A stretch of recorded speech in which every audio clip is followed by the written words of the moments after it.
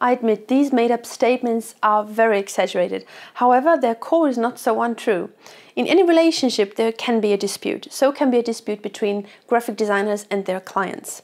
In this video, I talk about 11 common conflicts and 10.5 possible solutions for them. The designer asks the company about their product, about their philosophy, about their target group, and the only answer they get is no idea. So basically no design can be developed that perfectly fits the client. Solution: every successful collaboration is based on a very thorough briefing, and the clients must know who they are, what they stand for, what makes their products unique, and what the target group is. And this must be communicated by the designer from the very start. An all-time classic: the client wants the designer to start to design something and just be somehow creative.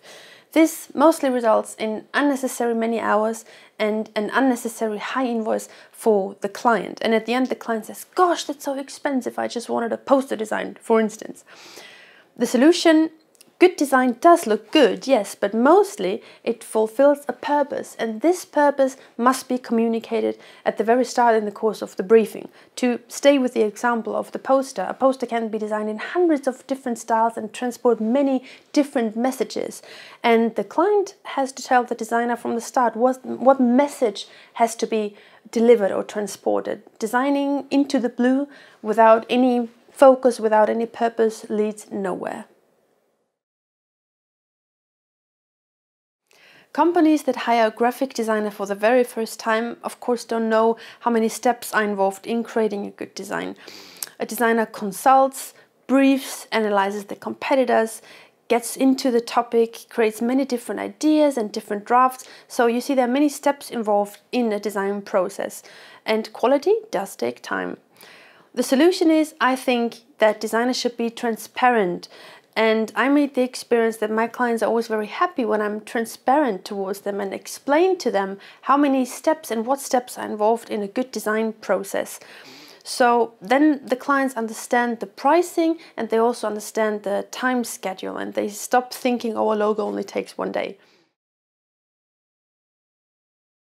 It is an absolute no-go when the designer is not reliable, does not show up to meetings, or doesn't finish the project by the deadline agreed on.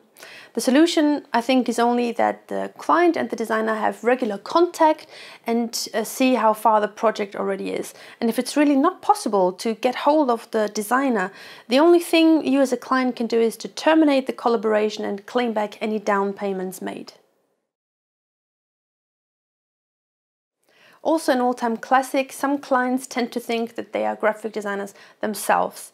And that's basically a very strange phenomenon, I think, because graphic design has nothing to do with the client's favorite colors or the client's sense of beauty. The solution, I think, is that designers should communicate their expertise and explain to the clients why they designed certain things a certain way in the past. And then normally the clients understand that they are not the graphic designers, but let the professional graphic designers do their job. The designer suddenly asks for more money. This can be the case when the actual work is more than the work calculated for.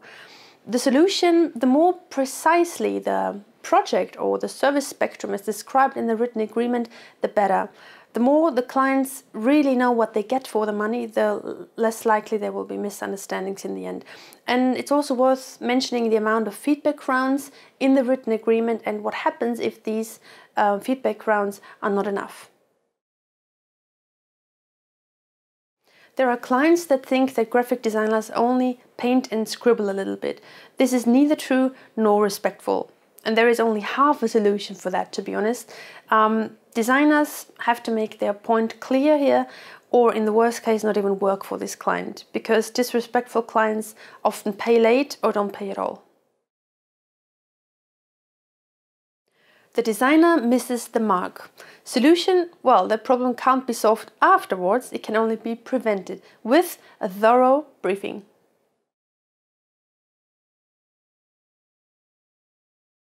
The client doesn't stick to the briefing and throws the whole concept out of the window and tells the designer what they really want after the design has been finished.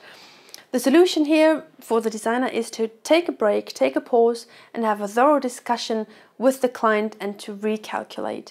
Maybe some design elements that are already finished can be used for the client's new plan, maybe not.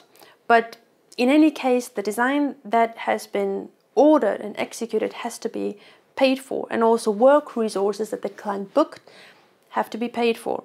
It makes sense to clarify situations like these in a written agreement upfront. The client does not pay. Solution: send reminders and seek legal advice from a lawyer.